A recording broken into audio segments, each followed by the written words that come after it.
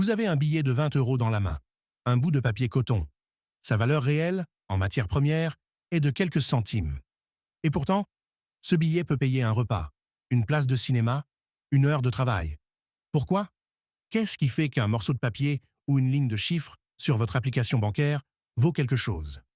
Dans cette série, on va démonter, calmement, le mécanisme de l'argent. Sans catastrophisme, sans formule magique. On présente ce que disent les manuels, ce que disent les banques centrales et ce que contestent certains chercheurs. À vous de juger. Premier épisode, d'où vient l'argent et qu'est-ce que c'est, au fond? Commençons par une idée simple. On définit souvent l'argent non pas par ce qu'il est, mais par ce qu'il fait. Les manuels d'économie lui reconnaissent 3 fonctions. 1. C'est un intermédiaire des échanges. Vous acceptez de l'argent en paiement parce que vous savez que quelqu'un d'autre l'acceptera ensuite de vous. 2. C'est une unité de compte. C'est l'étalon qui permet d'afficher un prix. Un café à 2 €, un loyer à 800 €. Sans unité commune, comparer serait un casse-tête. 3. C'est une réserve de valeur. On peut le mettre de côté aujourd'hui pour dépenser demain. Réserve imparfaite, car l'inflation grignote sa valeur dans le temps, mais réserve tout de même. Cette grille en 3 fonctions est ancienne. On la trouve déjà en germe chez Aristote, il y a près de 2400 ans. Retenez surtout ceci. Rien dans cette définition n'exige de l'or, ni même du métal. L'argent est d'abord une fonction, pas une substance. L'histoire qu'on raconte le plus souvent commence par le troc. Imaginez un village sans argent. Le boulanger veut des chaussures, mais le cordonnier ne veut pas de pain. Il veut de la viande. Il faut alors trouver une chaîne d'échange compatible. Les économistes appellent ce blocage la double coïncidence des besoins. La monnaie, dit ce récit, serait née pour résoudre ce problème. Un bien accepté par tous, qui sert de pivot à tous les échanges. C'est le récit des manuels, celui d'Adam Smith au XVIIIe siècle. Il est clair, logique, pédagogique. Mais il faut être honnête sur un point. Une partie des chercheurs le contestent. Les travaux d'anthropologie et d'histoire, notamment ceux de l'anthropologue David Graeber, soulignent qu'on n'a jamais trouvé de société qui ait réellement fonctionné par troc généralisé avant d'inventer la monnaie. Dans beaucoup de sociétés anciennes, les échanges reposaient plutôt sur le crédit et la dette.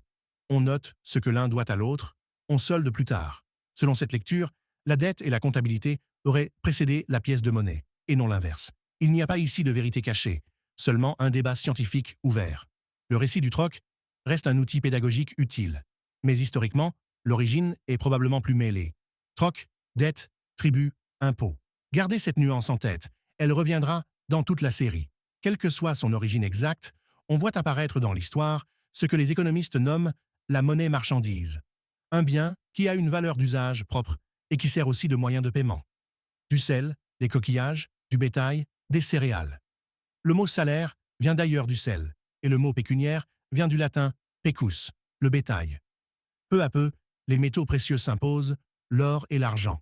Non pas par magie, mais pour des raisons pratiques. Ils sont rares, durables, divisibles, faciles à transporter et difficiles à contrefaire.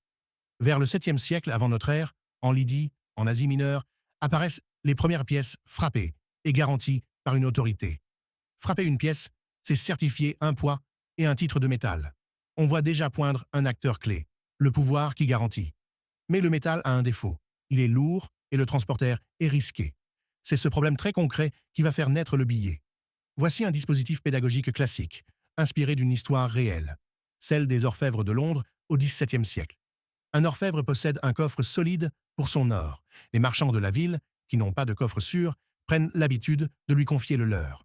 En échange, l'orfèvre remet un reçu. Un papier qui dit, en substance, le porteur de ce billet peut retirer tant d'or dans mon coffre. Et là, il se passe quelque chose de décisif. Plutôt que d'aller chercher l'or physique pour payer, les marchands commencent à s'échanger directement les reçus. Le papier circule. Il est plus léger, plus pratique, et tout le monde fait confiance à la signature de l'orfèvre. Le reçu ne représente plus seulement l'or. Dans les faits, il fonctionne comme de l'argent. C'est la naissance conceptuelle du billet de banque. Un point mérite d'être souligné, car il est au cœur de toute la série. À partir de ce moment, l'argent qui circule est une promesse, une créance sur quelqu'un. Le billet dit « Je te dois ». On y reviendra dans l'épisode 2, parce que l'orfèvre va bientôt remarquer que tout le monde ne réclame jamais son or en même temps.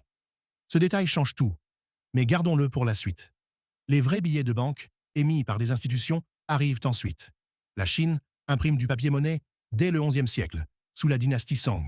En Europe, les premiers billets sont émis par une banque suédoise, la Stockholms Banco, en 1661. En France, il faudra attendre la Banque de France, créée en 1800. Longtemps, ces billets restent convertibles. En théorie, vous pouviez les échanger contre une quantité fixe d'or. Ce lien avec le métal est rompu par étapes au XXe siècle, définitivement en 1971, quand les États-Unis suspendent la convertibilité du dollar en or. Depuis, la quasi-totalité des monnaies du monde sont ce qu'on appelle des monnaies fiduciaires. Fiduciaire vient du latin fiducia, la confiance. Autrement dit, aujourd'hui, un euro n'est adossé à aucun métal. Sa valeur repose sur 3 piliers, selon les banques centrales elles-mêmes. La confiance des utilisateurs, d'abord. La garantie d'une autorité, la banque centrale, ensuite. Et le fait que l'État exige que les impôts soient payés dans cette monnaie, ce qui oblige tout le monde à en vouloir. Ce n'est pas une faiblesse honteuse, c'est simplement la nature d'une monnaie moderne. Récapitulons, sans conclure, à votre place. L'argent n'est pas une chose, c'est une relation. Une convention sociale acceptée par tous, garantie par une autorité, et qui, dans sa forme moderne, prend surtout la forme d'une dette, d'une promesse de paiement. Et voici le fait qui va nous occuper toute la série. Les pièces et les billets que vous pouvez toucher ne représentent aujourd'hui qu'une petite part de l'argent en circulation. Dans la zone euro, la monnaie que les banques inscrivent sur les comptes, la monnaie scripturale, atteint environ 95% du total. La très grande majorité de l'argent n'existe donc pas sous forme physique. Ce sont des lignes de chiffres, des promesses. D'où vient cet argent-là? Qui le crée?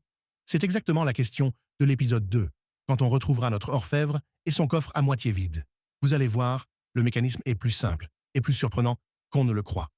Si cet épisode vous a éclairé, abonnez-vous pour suivre la série. Et pour aller plus loin, on a résumé tout ce qu'on vient de voir, du troc au billet, dans une fiche PDF gratuite avec les 3 fonctions de la monnaie et la frise chronologique. Le lien est en description. On se retrouve dans l'épisode 2, le secret de l'orfèvre.